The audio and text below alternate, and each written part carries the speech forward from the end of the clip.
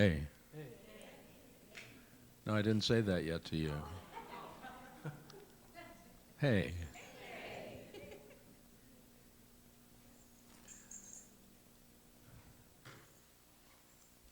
I'm kind of in awe. We thought maybe there'd be 6 people this morning. A Mother's Day weekend with weather like this. I thought John would be out at the beach. Michelle is kind of guiding exercises at the beach. Group.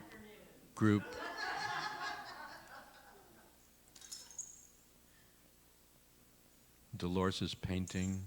It's really remarkable at the beach today.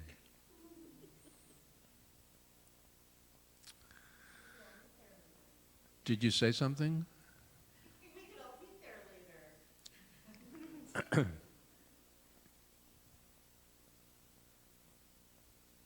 So where we're at in this journey, like we're multidimensional beings. It's really kind of weird, because we have this idea that right now and this thing is all there is, except in thought, and we think about other things. And so we tell each other stories to help us remember something that we may have forgotten. And some of the stories get told and retold and retold and retold, waiting to be received, waiting to be heard, waiting to be expanded, because every story needs to be told and retold.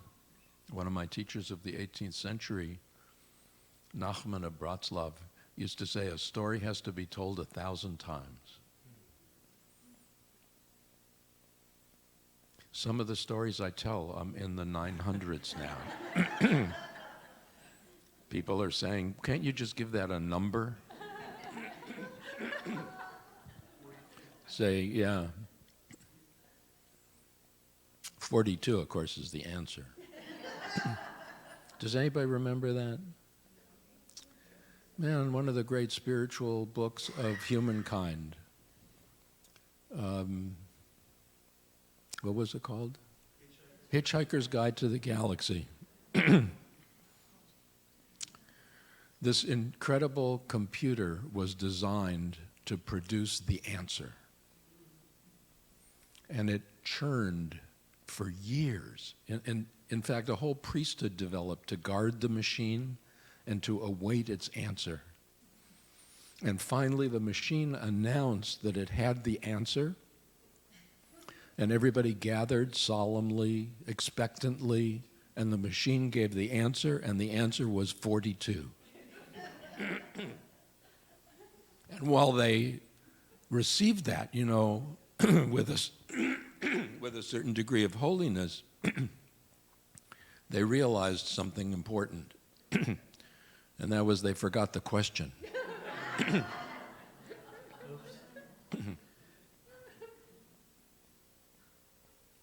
So every time I hear 42, I really think, I forgot the question. So the story, the story for me this time of the year starts with Passover, because it starts with this metaphorical, legendary journey out of an ancient place of enslavement. Egypt, which in Hebrew is Mitzrayim, and our mystical tradition divides Mitzrayim into Mitzarim, which means from out of stuckness.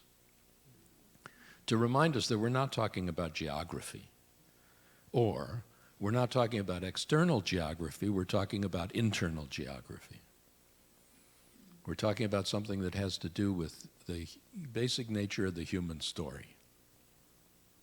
And as you know, we are creatures of story. Each of us has our individual story. And we have group stories. We have people stories. We have place stories. And it says that when Moses first came down to tell people there's another way, we were unable to hear him because of the severity of our suffering. Now that's really an interesting thing. One would translate that now to say that because of the severity of our stuckness, we didn't even know we were stuck. We didn't even know we were stuck. And it seems to me that that's part of the dilemma we're in. We think we're free. We're free to think, we're free to do according to what the body can do. But if we start to really examine how it is for us, for example,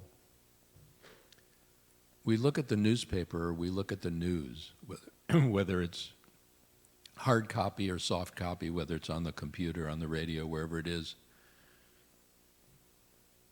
What happens to you when you listen? Ellen gets depressed. We practiced this beforehand. You said that exactly right. It was true then and it's true now. So the question is that free? Or are we just slipping into a place where we get manipulated and we think we're wandering freely, we think we're not stuck?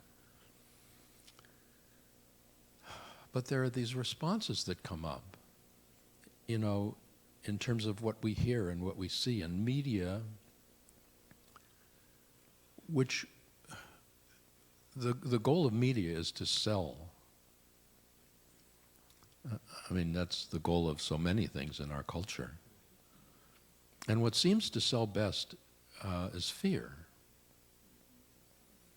We don't watch any news shows, network news, but it probably is still doing what it always did, and that is they promo at the beginning these terrible stories that are yet to come, but you got to watch the entire show to get to the story that's really going to be upsetting.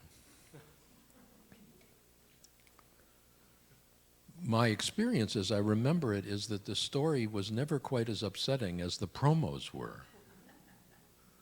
But that's, in a way, irrelevant, because just to notice how, and if I go, okay, if I'm stuck and I don't know I'm stuck, how do I find out what my stuckness is? Well, I start looking at my automatic responses. I look at the ways that my responses are actually being controlled. And I can get together with, people with whom I'm simpatico, and we can complain about the state of the world, and we can complain about the leadership of our country, no matter which side we're on, and we can spend a lot of time and a lot of energy doing that and wondering, what if that's stuckness? What if that is like freedom masquerading, stuckness masquerading as freedom? And what would it be? What would it be to step out of that? I mean, there's all kinds of voices that come up and say, well, I wouldn't be a responsible citizen anymore. I mean, you got to get upset at these things. And then you go, how much healing has my upset created?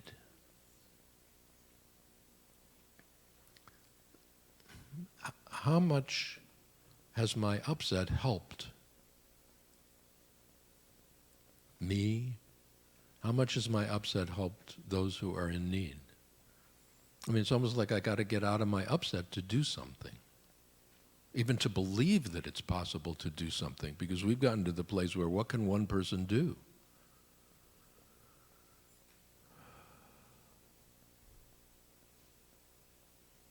See, because the real enslavement is the enslavement that we don't even know is happening.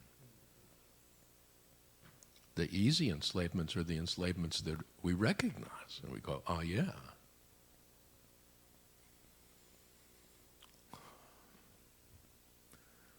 So I hate to be the bearer of bad news.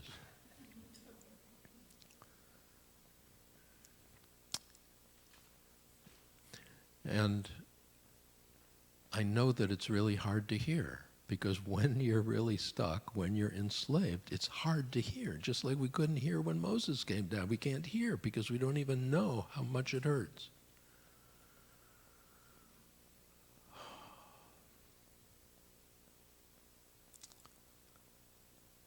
But if we want to engage the journey, we got to wake up to a stuckness and go, what would it be like? And ultimately go, I don't know. I don't know. Which is really the whole notion of the wilderness. You know, between the exodus from the place of its stuckness and the arrival at Mount Sinai, I mean, the awakening to a deeper wisdom, to a journey to that promised land, home. In between comes the wilderness. And the wilderness, the wilderness is an incredible place of not knowing. You know, all of us, when we get into our stuck places, we want to know where our freedom lies. We want to know what'll happen. And we can't.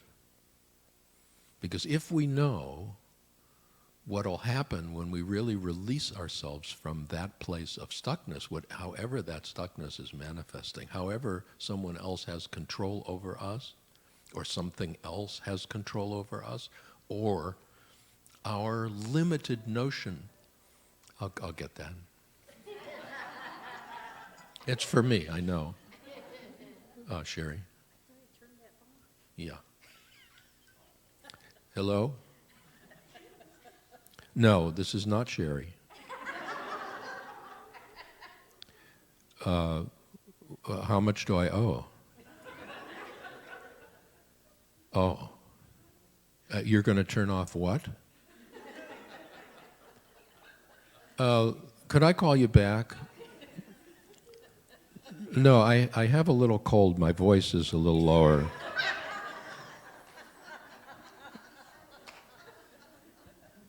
I can't call you back because you're shutting off the phone. All right. Would you hold the line? I hung up.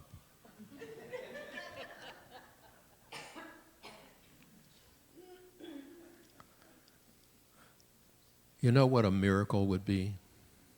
A miracle would be if I remembered what I was talking about before I took that call. I can't know. I mean,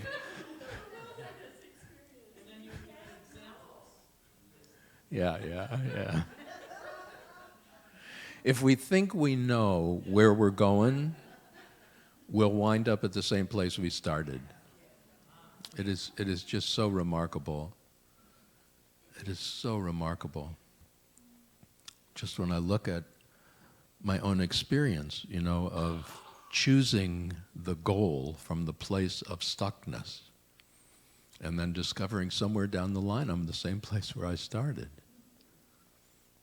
One of the ways I see knowing the same place is when I start looking at New Year's resolutions, and I discover I've been making the same resolution for 14 years, 15. You know, I mean, just think about what... We are amazing creatures. And I suspect we don't really want to know how stuck we are. You know, because we get into our comfort zone. This is how I operate. This is how I define myself. I get upset at this. I get pleased by this. I like this political statement. I don't like that political statement. I feel happy with this political leader. I feel unhappy with that political leader. The traffic on the freeway controls me. a control, other drivers control how I feel. It's too hot, it's too cold, whatever it is. And what would it be like? What would it be like to step out of that automaticness? What would it be like to look at the news and go, oh, and automatically go, when the news is blaring, how many people got shot today, think, an awful lot of people didn't get shot today. You failed to tell me that 310 million Americans didn't get shot today. I do not mean to discount or diminish those who did. I just mean to go, what is actually controlling us? What's controlling me? We worry about air travel. Do you know the safest mode of transportation? What do you think the safest mode of statistically, the safest mode of transportation? No. What? No. Golf carts. What? Golf carts. Golf carts? Yeah.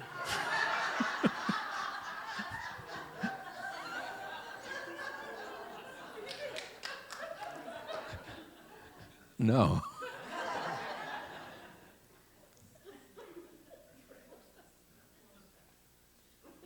I don't know what it is. No. That's not true. The safest form of transportation is an elevator. That is statistically the safest form of transportation. I know this because I used to, for a while, have a phobia about elevators. And I had to keep telling myself the chances of this falling are less than the chances of me falling when I'm walking. One of the most dangerous forms of transportation is the automobile.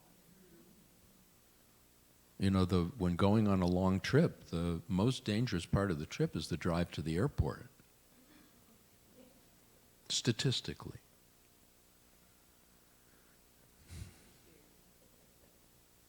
Yeah.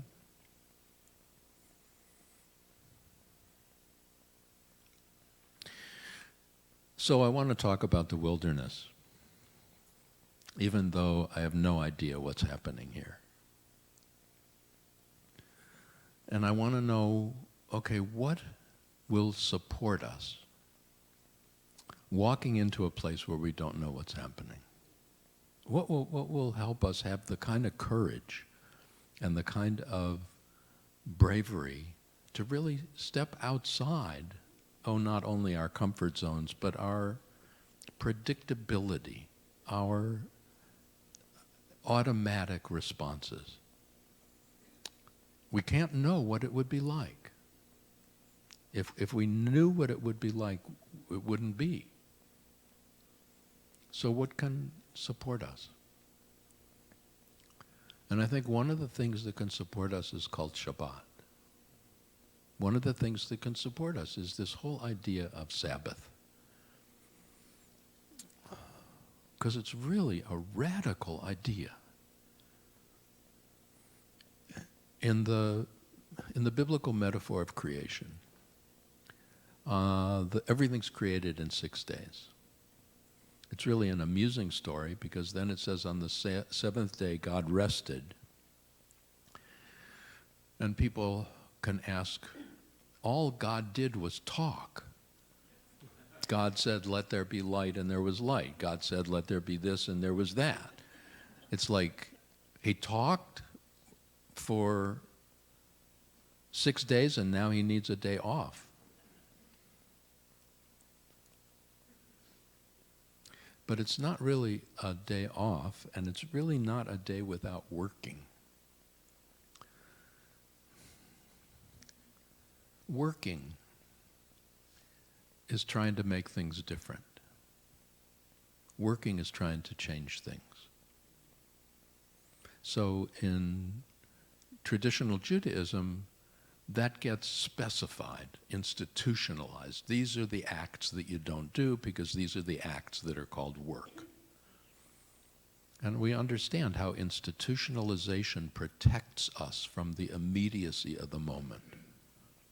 How institutionalization provides the kind of rules and regulations that allow us to avoid stepping into the depth, the personal, existential depth of a moment. The metaphor is not God rested. The metaphor is on the seventh day, the energy was one of simply appreciating everything that had been created. Another translation of the word Shabbat is dwell.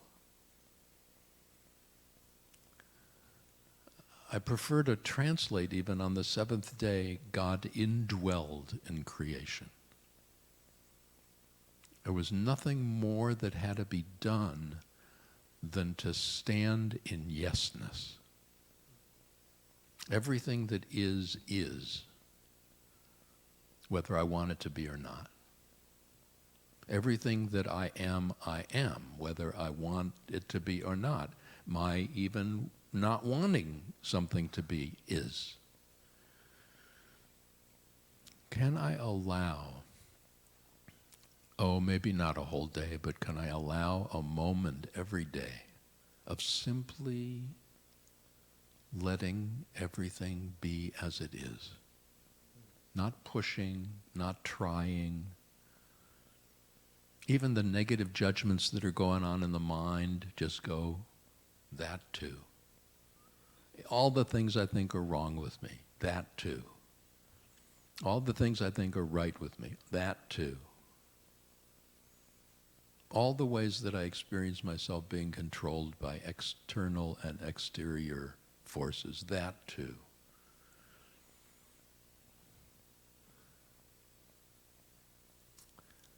It's like indwelling in a moment and going,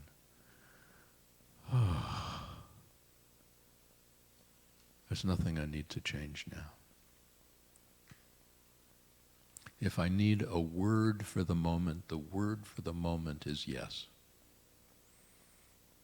This is a yesness space. Even the voices inside of me that are going, no, no, no, are held in yes, yes. Just gently, yes. So I have a goal, one of the goals is making some words that we do on every spiritual Saturday. Because I know a few of you probably didn't grow up learning Hebrew. And it's good to have some words, some songs that you can kind of count on being here. And these are words that I'd like to be able to count on being here. Ma yafeh hayom. They're on the board screen. Ma yafeh hayom. How beautiful the day. Shabbat shalom. Shalom, remember, it's translated peace, but the essence of the word means wholeness, completeness. Ma yafeh hayom, Shabbat shalom. How beautiful the day.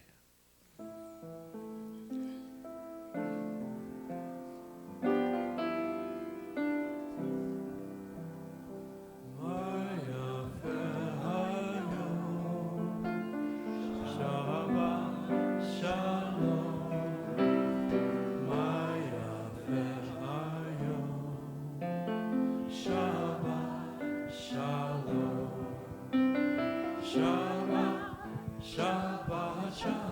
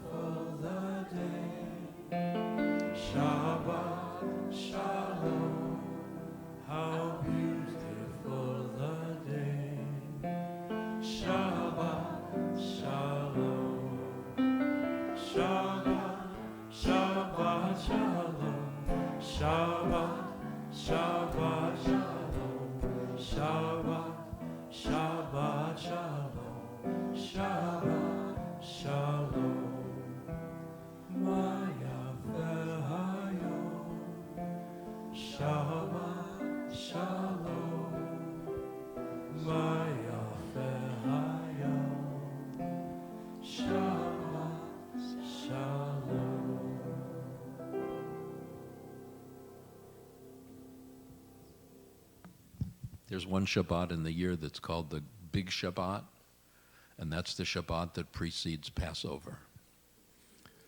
And some of you have heard me say that I was talking about that once, and somebody said, "What's the little Shabbat?" Which was a great question that had never occurred to me before, and as soon as I heard the question, I knew. The little Shabbat are those fragments of precious moments. It could happen any day. It could happen any time when all of a sudden a yesness overwhelms us. When all of a sudden there's that kernel of Shabbat that's available at any given time, sometimes almost by surprise. Oh. What comes up for me is having a cataract removed. How many people have had cataract surgery? So you probably remember seeing colors. I remember even the first eye, all of a sudden, oh my God, the blue and the white of the sky and the clouds. It was like, knocked me over. You know, because we don't know what we don't see. We think we're seeing. And then all of a sudden it opens up and we go, oh. And I knew that I would acclimate to it. I knew that it would just then become the new normal.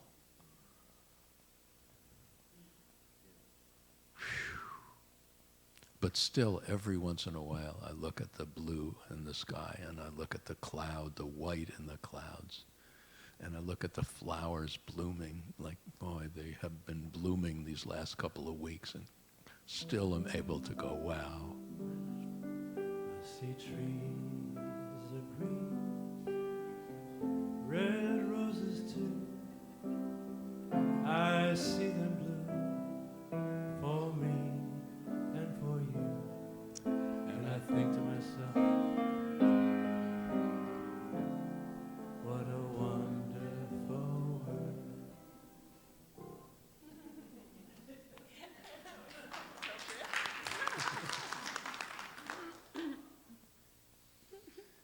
Oh. So we go out in the wilderness. Like we take the risk of leaving, and the problem really with really leaving, when we really leave, we can't get back. When we leave and we can get back, we haven't left. It's like most of the time in my life when I've left, there's been a foot in the door, you know. It's like there's an escape hatch. But to really leave, there's no going back. If you're going to cross the sea, you can't go back. But the amazing thing is that when we enter the wilderness, when we step out, one of the first things that comes to us is fear. Oh yeah, great, I love the unknown. Oh good, I love not knowing what's going to happen. Oh, good. Yeah, right. Relish. Relish that unthought. Who are going to be my friends? Are there going to be friends? Is there going to be a way? What is the way? Where am I going to be? We get afraid. And that's what happened. That's what the story has. We get out, supposedly from just extraordinary suffering, and we go, I want to go back. That's what a bunch of us said, I want to go back. And we dreamed of these wonderful meals we had in Egypt. I want to go back. I could count on things. I knew what was happening. I can't tolerate this. I don't know where my food is coming from. Which was really great because something happened called manna, in Hebrew manna, some kind of crusty something that appeared in the morning and provided nourishment. And the Hebrew is really fascinating because mana, the commentators note, is made up of two words, ma, which means what, and na, meaning this. Ma-na, they said, what is this? I don't know if that's really how the name came about, but you could just imagine. What's the, oh, yeah, this is mana. I've never seen it before. Is this, you know, I mean, just.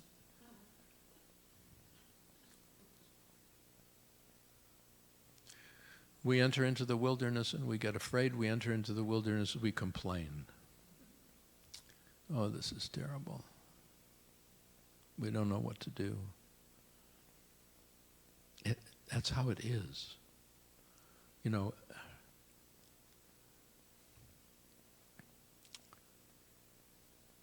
I mean, can you imagine if you don't know how you're going to respond to the news? You don't know how you're going to respond to the freeways. All you know is you don't know. You don't know. You're going to find out.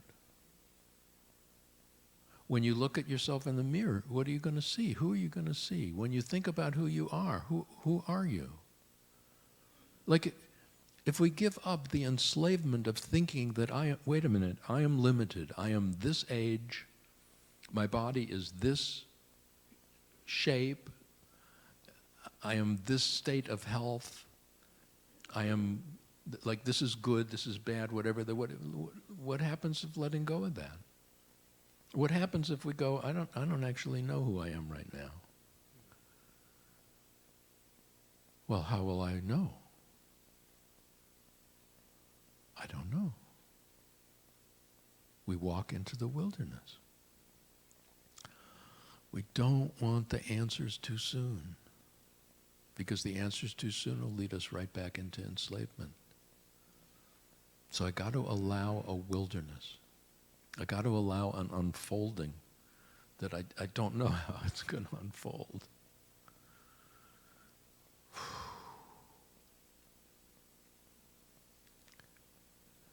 Look, the problem with this is really serious. Because when we look at the nature of our planet, it appears as though there's no way of saving. There's no way. And if there's to be a way, we got to get out of that. Because that's an enslavement. Something is happening that traps us in a consciousness, in a reality that has limitations. It's like, what else is going on? It's like being trapped in a body. If this is all I am, if this is all that's going on here, then I'm like on a death ship. It's just a question of how long.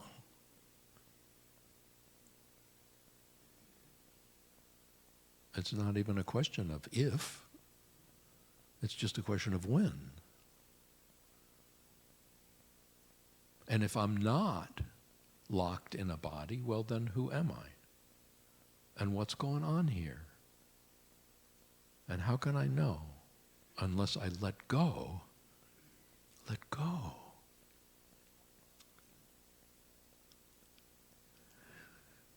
One of the practices that has helped me most comes from the Zen tradition, and it's called on having no head.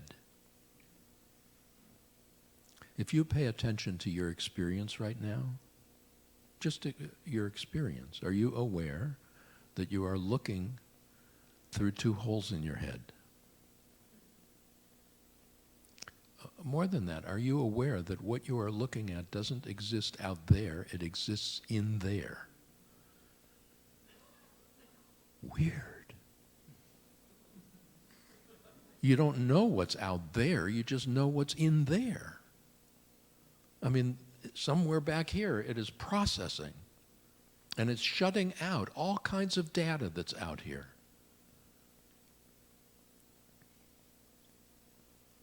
Are you aware that you're hearing through two other holes in your head?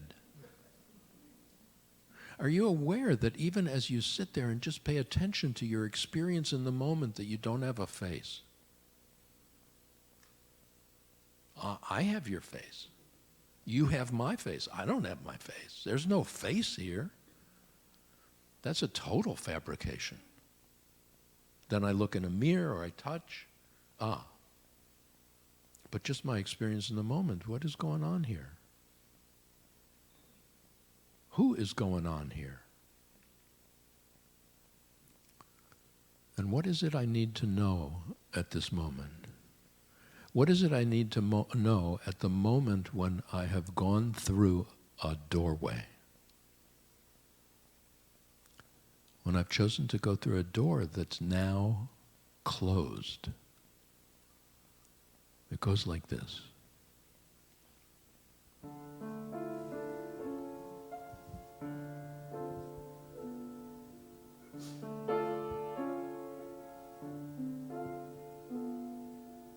Doors closing, doors open, doors I'm closing, doors I'm opening.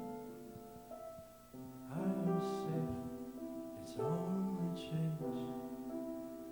I am safe, it's only change. Doors closing, doors open, doors I'm closing, doors I'm opening. I am safe, it's only change. I am safe, it's only change.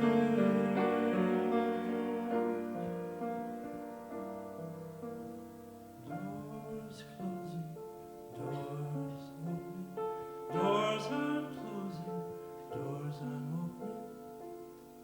I am safe, it's only change. I am safe, it's only change.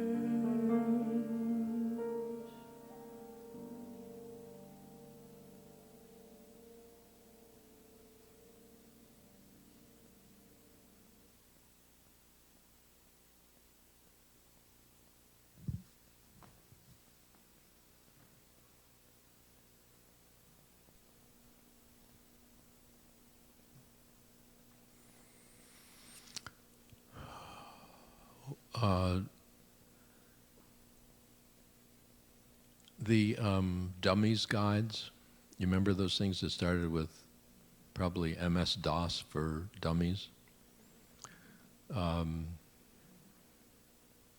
Judaism for Dummies was their first book on religion. And Rich Tennant was the cartoonist who made cartoons for all the books had cartoons in them. And recently, maybe 5 or so years ago, they let him go, and they don't have cartoons anymore. And he offered up some original prints of the cartoons that he did for our book.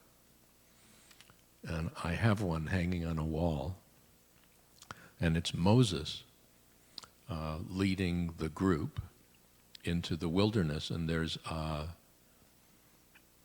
kiosk with an awning that says maps. And Moses is saying, "Oh, that's all right, I know where we're going."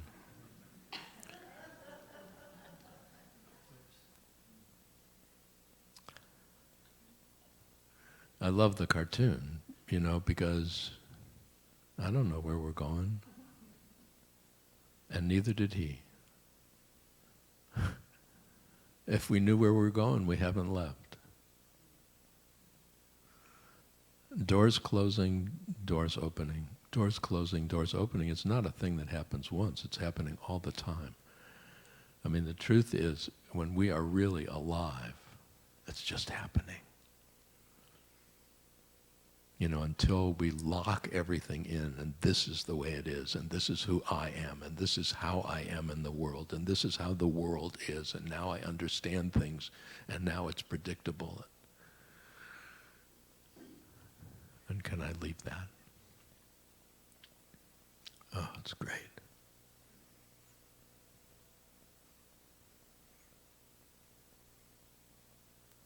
One of the things we want when we're in the wilderness is we want to find somebody to take care of us.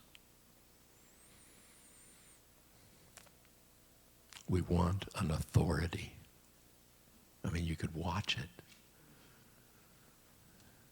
We want somebody to tell us what's what. Who can tell us what's what?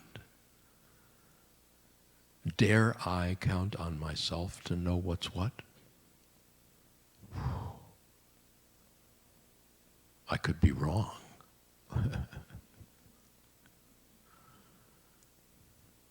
What if I'm right? You know, I mean.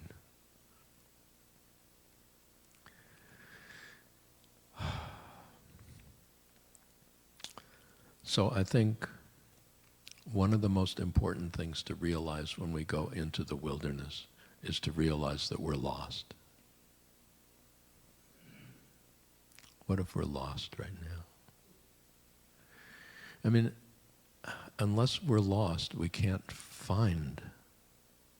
You remember the old games, you know, it's hide and seek. And the joy of being found or the joy of finding. Being lost is not a lot of fun, but being found is great. Losing is not a lot of fun, but finding is incredible. But how can we find or how can we be found unless we're allowing ourselves to be lost?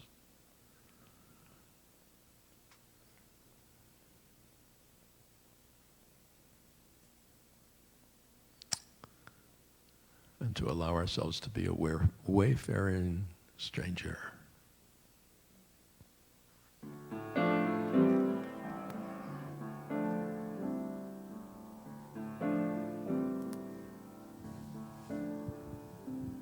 I'm just a poor wayfaring stranger, just traveling through this world of woe.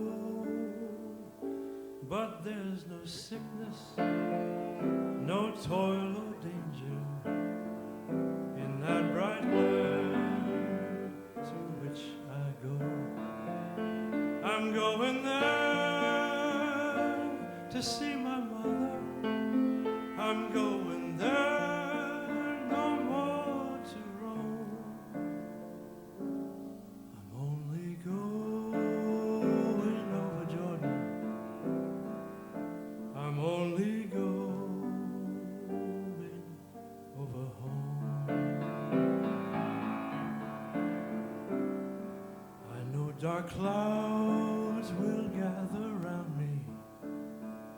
I know my way is rough and steep, but beauteous fields lie just before me, where God's redeemed their vigil keep. I'm going there to see my Father.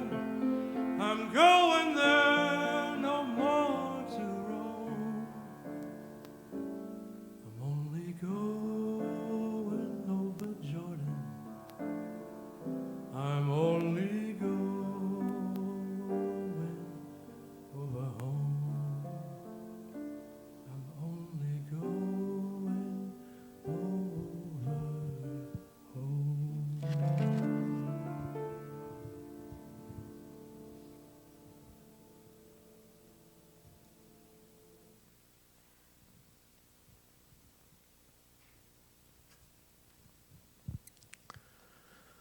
So here's what I think is the essential lesson of the wilderness. The information we seek is not going to come to us from the outside. The guidance we seek is not going to come to us from some authority.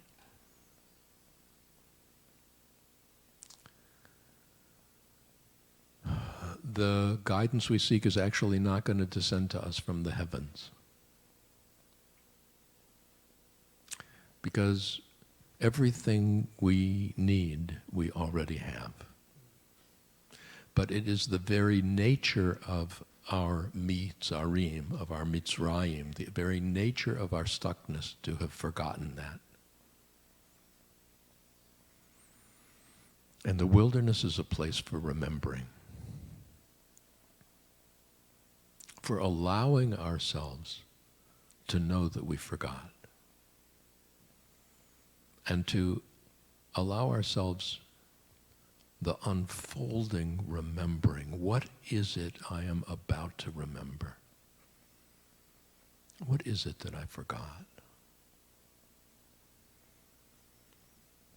And what we most forget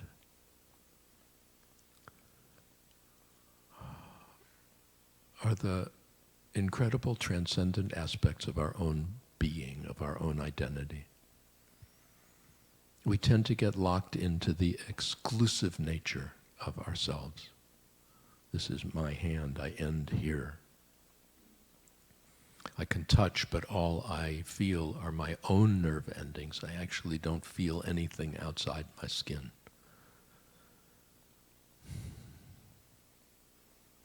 How do we get from that to, this is a vehicle that I'm using right now? Precious, unique, special. But this is a vehicle I'm using right now.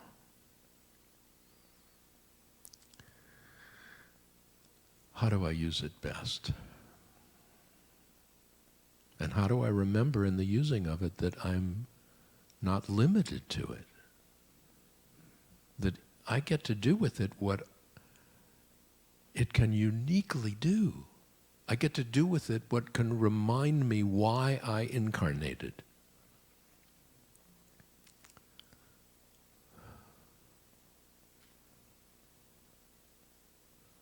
To be able to hug another being. To be able to love another being. To be able to support another being. To be able to feel love, to be able to feel supported, to be able to feel seen. Oh. Oh.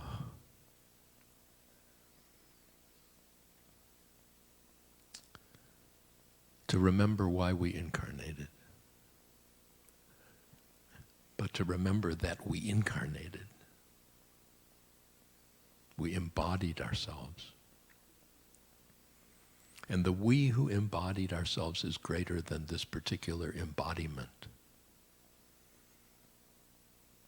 And the we who embodied ourselves is seeking to remember. So how do we reclaim what we already have? It's fascinating because we're going through a period of trying to lighten things up at home and going through boxes. I have a unique filing system.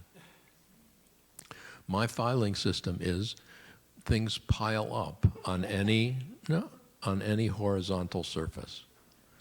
Sometimes I think if I just stand still in a room without moving, in 20 minutes things start piling up. And it gets to a place where it's just unbearable, and I take a file box, you know, those banker boxes, and I put everything that's stacked up in the banker box and I hide it under the table. And everything's clear. And then it starts building up again. So we're trying to go through some of those banker boxes. Oh, things I haven't answered that came in 2014.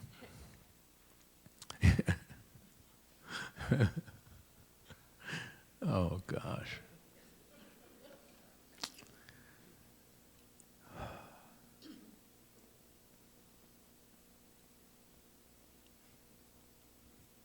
And sometimes I think, what would it be like just to let all of that go? What would happen? Sometimes I think that about my books. What if I would let all the books go? And then I look at them and I go, I can't let that one go. I can't let it. Well, when's the last time I read it? Well, I don't know, but... And then you know, as soon as you really give something away, the next week you go, oh no. And it does happen. Bless you.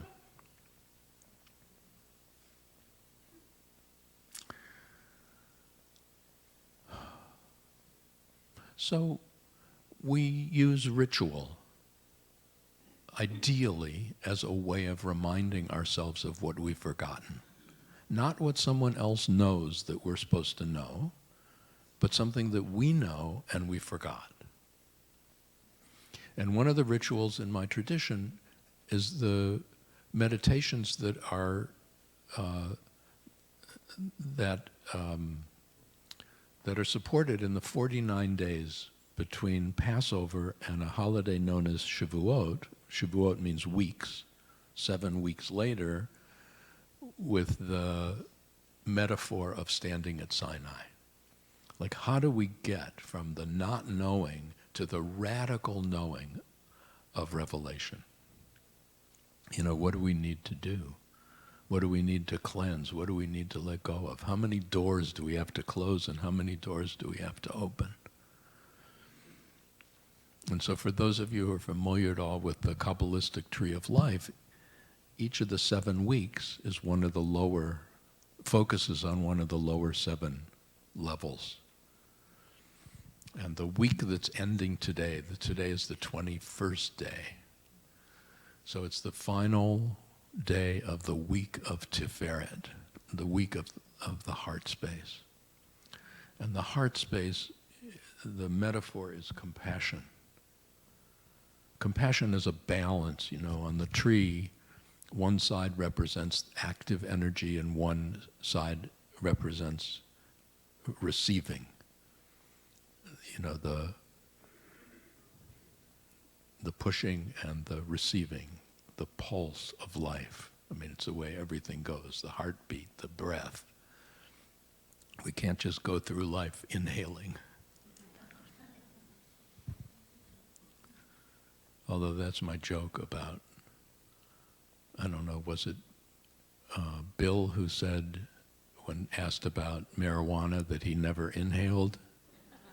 And no, I was going to say I never exhaled, but that was a lot more fun than not inhaling.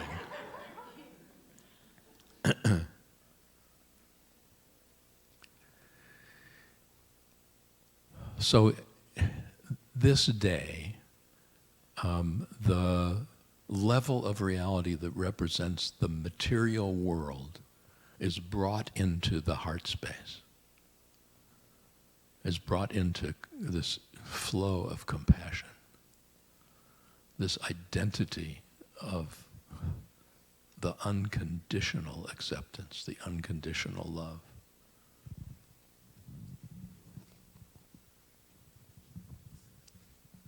And I just want to read the affirmation for the day that this guy wrote.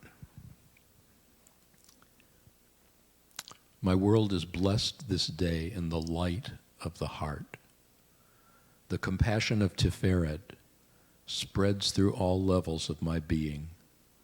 I feel a new sense of balance between my inner and my outer vision. My world reflects back to me the one who gave it life, the one who gives it life. I cherish this spark of being in all I meet. I cherish this spark of being in all I meet. I hold the entire reality of my perception, the entire reality of my thought, the entire reality of my experience in this moment in the heart of compassion. I don't try to change anything. I just go, wow.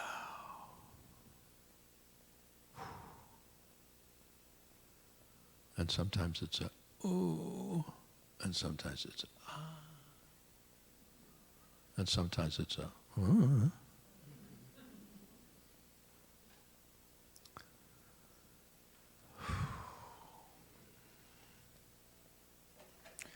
The interesting thing is this week happens to coincide with the reading from Torah. You know, the reading in the first 5 books of the Hebrew Bible, they're divided so that every year we read through the whole thing, trying to remember what we haven't remembered yet, trying to remember what we've forgotten. And this is the week that starts, Kadoshim tihiyu ki kadosh ani Adonai Elohechem. You are holy, because the I am that is the eternal one expressing as your God is holy.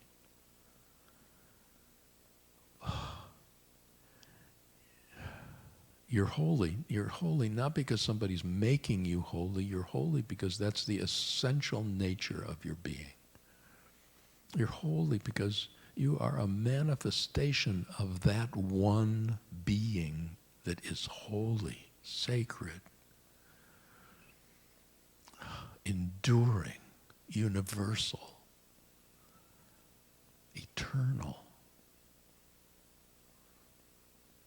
You're holy because you are given the responsibility of living that unlimited being into the specific time and place, into the specific location, into the specific dramas that you meet. It's like stepping into the world, opening a door and saying, here I am. Here I am. Here I am. And knowing that whether they know it or not, everyone around you is also stepping in and saying, here I am. And just yearning, would you please know the I that you are? Because if you would know the I that you are, the land we will find together will be a land where we're no longer killing each other. The earth that we find will no longer be the earth in which we're destroying our animals, and we're destroying our air, we're destroying our waters, and we're destroying our land. Oh, will you please wake up with me? Will you close that door and open a door and step into the wilderness and go? Mana. What's this? What's this? What's this? And more, who's this? Who is this? Who is this? Who is this? Who is this? Who is this? Because spirituality is always a who, not a what. It's not what's going on here, it's who's going on here.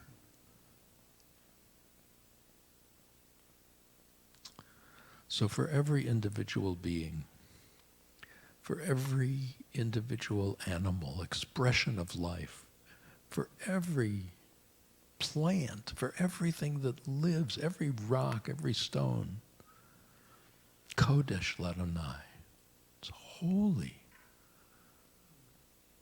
It's a sacred expression of an eternal being. It's a sacred expression, a unique expression of one life, of one presence, of one isness. So that we go to everything, this one is holy. This one is holy. To God, which is universal being, the whole, everything. Even this one is holy. More Hebrew. Kodesh, Kodesh, Kodesh.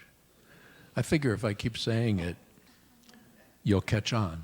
Kodesh, Kodesh.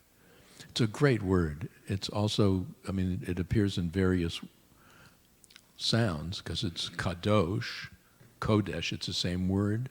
When you say a blessing over wine, it's called the kiddush, same word. When you say the blessing, the memorial prayer at the end of a Jewish service, it's called the kaddish, it's the same word. Kodesh, holy, sacred, special, unique. Kodesh Ladonai. Ladonai. Ladonai. Kodesh Ladonai. I think that's all the Hebrew. Oh, and then the English is a little, this. This. One is holy. How many of you know this tune? So you are responsible for singing loudly enough so the people around you can kind of pick it up from you, okay? Help me out here.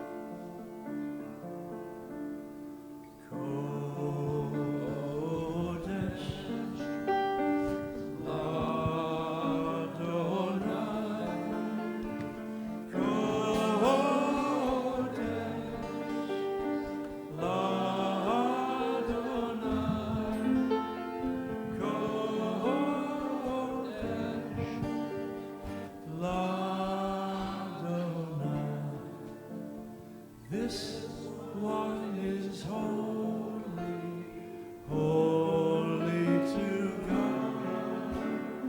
This one is holy, holy to God. This one is holy. This one is holy. This one is holy.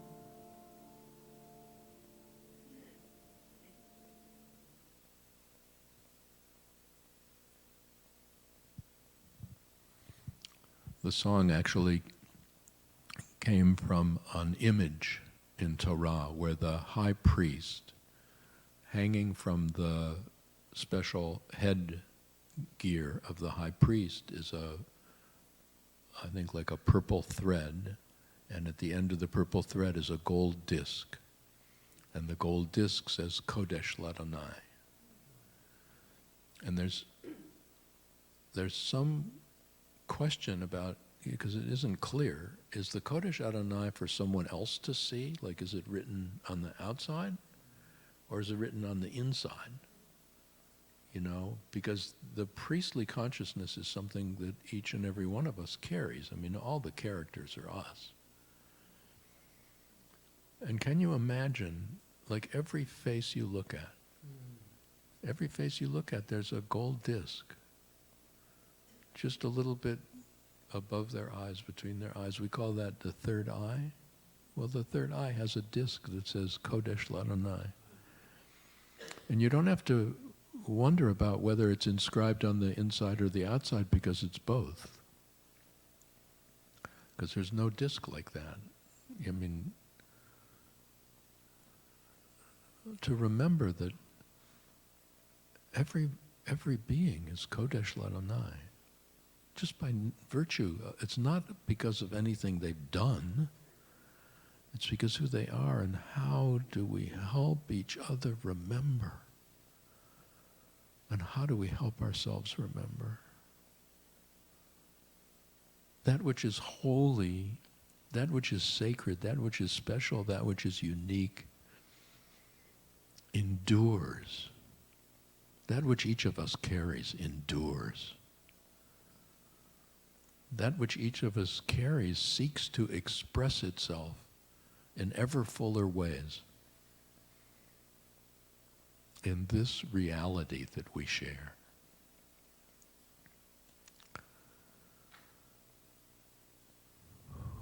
This identity yearns to be remembered, yearns to be owned, yearns to be known. So perhaps take a moment now. If you're comfortable, let your eyes close.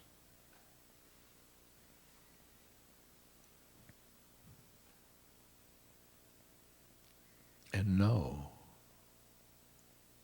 that there is a golden disk just slightly above your eyes, between your eyes, radiating at the level of the third eye, an insignia announcing, reminding, this one is holy. Kodesh Ladonai.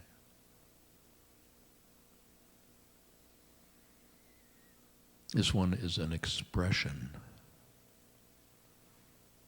of one life. This one is an expression of one presence.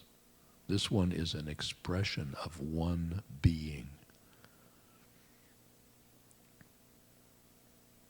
I come into this limited reality seeking to express a greater connection, a greater fullness, a greater awareness, seeking to manifest a greater wholeness, a greater peace, seeking to celebrate a greater love.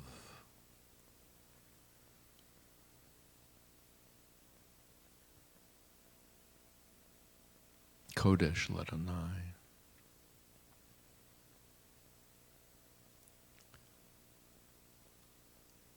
I am a part of a universal presence, manifesting right here and right now, yet always connected.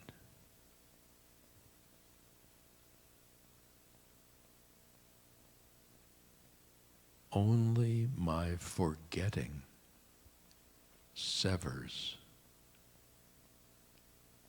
my awareness of connection, yet never can sever connection itself.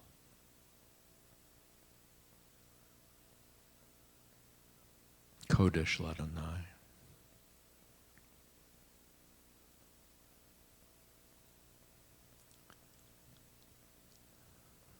I am that universal presence, individuated and individualized in this place, in this time, with purpose and with meaning.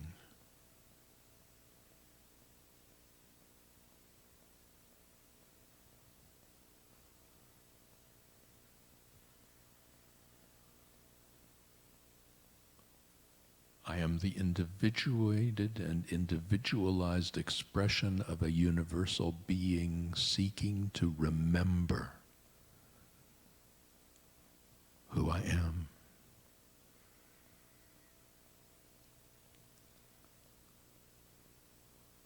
Seeking to remember that I am awakening in every being I meet. Hidden often beneath the stuckness, the enslavement, the rigidity of separation, of fragmentation, of competition, struggles for power, struggles for authority, struggles for possessions.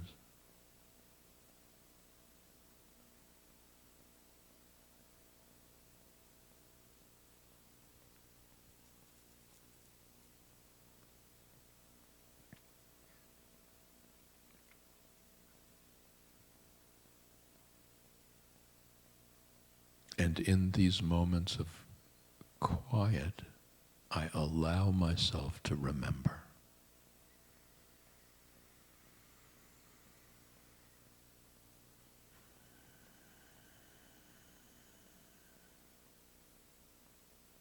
With every breath, I open myself to receive the unlimited outpouring of a universal love, of a universal compassion.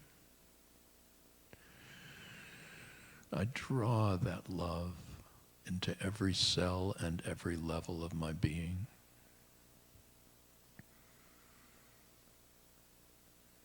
I take all that in with every inhalation, and I hold the breath for a moment to allow my being to be perfumed with the radiance of that love. With the fullness of that life. And I exhale. I exhale to express that love and that life through thought, through image, and through action in my world.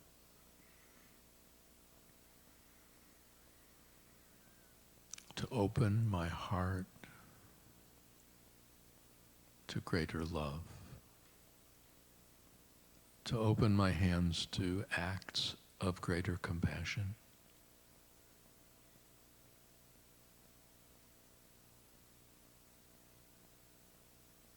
To open myself to the gift of courage to close the doors that need to be closed and trust that doors will open exactly when they need to open.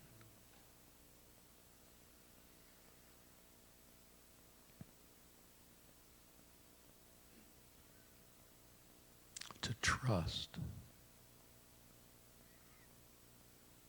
that every time I meet a stuckness, an ending, it's just another door.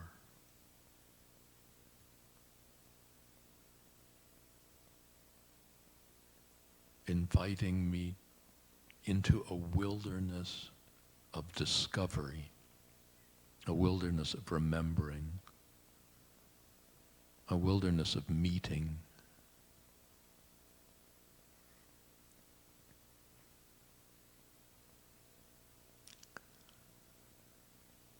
Meeting my fears with the remembering of who I am. And so embracing even the fears. Meeting my lostness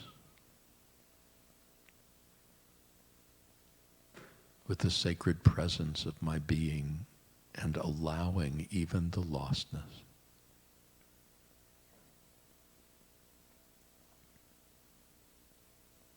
Not needing to know, but allowing myself to trust.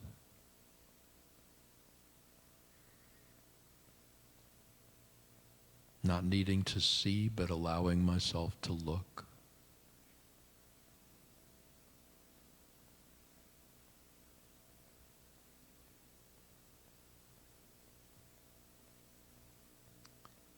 Allowing myself to be.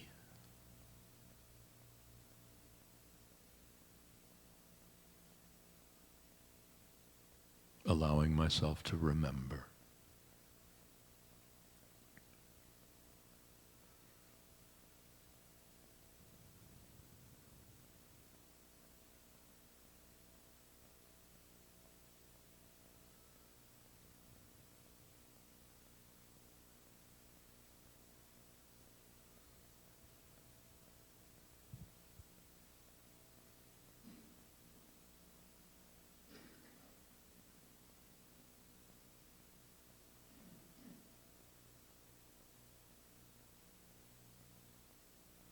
I enter the wilderness to allow myself to recover,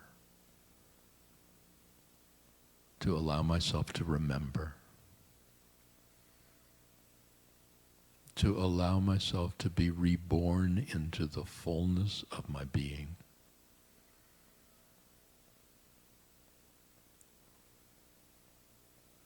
To allow myself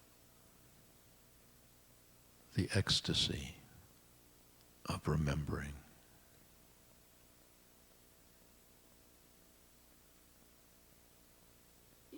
To allow myself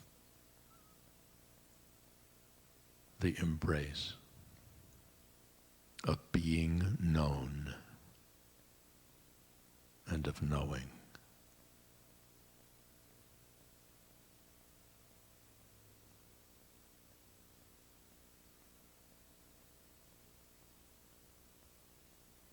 I am the one I am.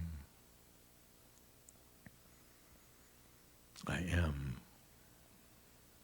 the one I am. I am the one I am. I am. I am the one I am. I am. That's the whole thing. I am the one I am. I am. I am the one I am. I am. I am the one I am. I am. I am the one I am. I am. You are the one I am. I am. You are the one I am. I am. You are the one I am. I am. You are the one I am. I am. We are the one I am. I am. We are the one I am. I am. We are the one I am. I am. We are the one I am. I am. I am the one I am. I am. I am the one I am. I am. I am the one I am. I am. I am the one I am. I am.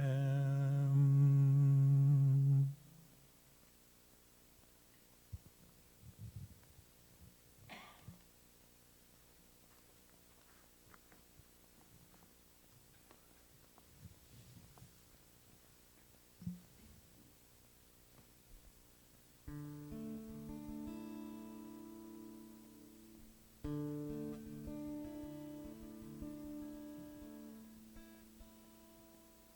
was thinking this song is written about community and lifting each other up and seeing that gold disc. And is Don watching on Facebook today? Do we know? I don't know. Don, if you're watching on Facebook, or anybody who is, there's a circle and we're all part of it. There are times we feel downhearted when we'd swear we walk alone. Still we search for any sign that we might find our pathway home. Now there's something oh so lovely, like a star in a crystal night, when I'm reminded deepest darkness can be lit with just one candle's light. There's a circle we're a part of, hand in hand it glows with love. In this circle there's strength in numbers as we rise to lift each other up. With the help of sisters and brothers and some friends I have yet to know, they give me strength to face the future. They lift me up so I'm never alone. There's a circle we're a part of, hand in hand it goes with love. In this circle is strength in numbers as we rise to lift each other up. Every breath, every step, every heartbeat in my chest. There's a circle we're a part of as we rise to lift each other up.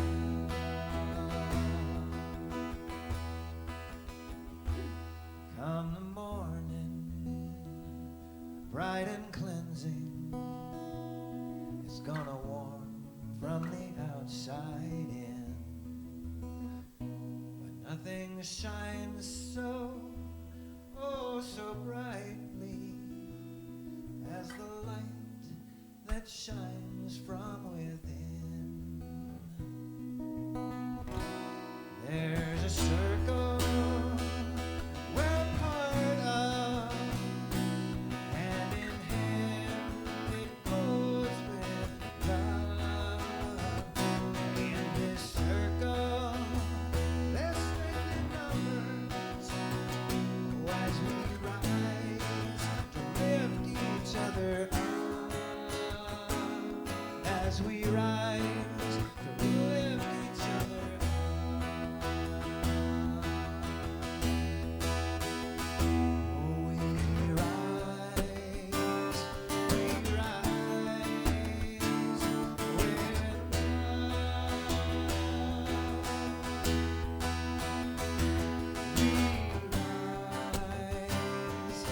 We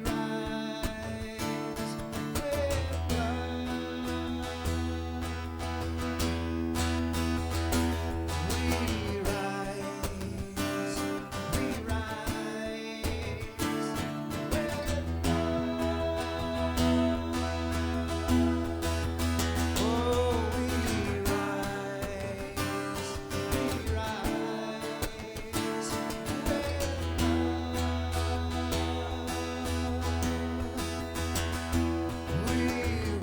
with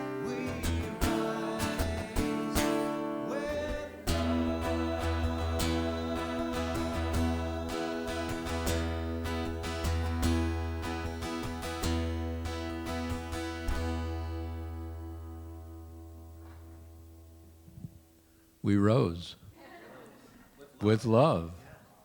This is Steve Mason.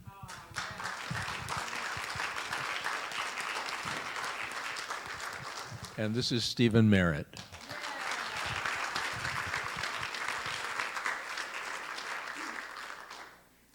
You know, the rhythm we're on, you know, where the last spiritual Saturday we were talking about leaving the place of stuckness, and this one is wilderness, and our next one in June is revelation.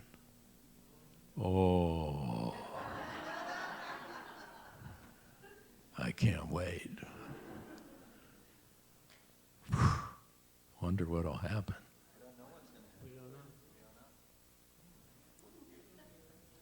If I knew, it wouldn't be. I want to remind you that we are able to do this because of the contributions that people share. So for those of you who have done so, thank you very much. And for those of you who would like to either add or do that, there's a basket on the table in the back. There's a basket in the back and another announcement coming. The name tags, I think people seem pleased, and so it occurred to me, I hate to make them each time and all that paper, so the backings are there, and we could try putting them on those back, the sheets, and we could see if they'll work next time you come, and I could just hang on to them, and then we don't have to make more waste. We'll try it. Alternatively, you could just keep the name tags on. Well, you just never know who else in your world forgot your name. If possible, like if you're comfortable or not, kind of move so that you feel a connection to people around you. Just appreciating ourselves as a really remarkable, intentional, spiritual community. Grateful for this amazing sacred space of unity in Lynnwood. Knowing that each and every one of us is here on purpose. That whatever happens in our gatherings is a shared responsibility. That there's a sacred kind of synchronicity that happens. And just imagining this could not have happened without you. There's this remarkable legend called the Lamed Vavnik. Lamed Vav is a number, 36. And there's a tradition that the world is maintained by 36 righteous individuals, without whom the world could not endure. But if you think you're one of those 36, you're not. If you think that you are incidental or accidental to a sharing like this, you're not. Without you, this would not be. So I need to express my gratitude to each and every one of you for allowing this to be. I am so grateful.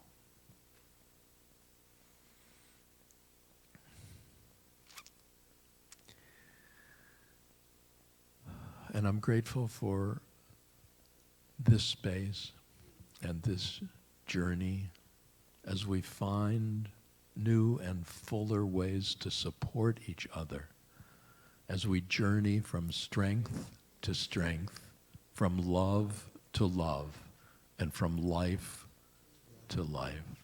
Thank you, folks. Shabbat Shalom.